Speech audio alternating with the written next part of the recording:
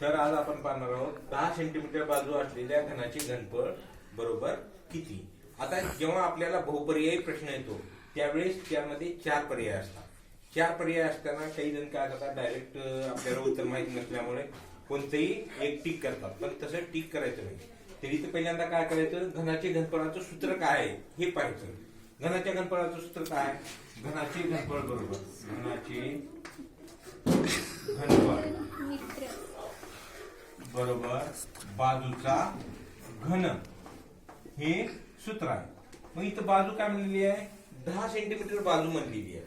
10 centimetre बाजू म्हटल्यानंतर इथं 10चा घन करायचं.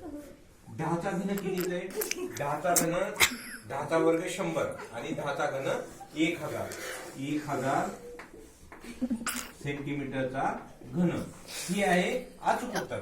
आता हे अचूक उत्तर आपल्याला ह्या पर्यायामध्ये कोणतं आहे, डी. तर याचं उत्तर आहे डी.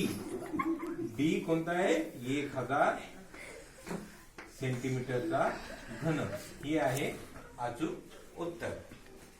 थँक्यू.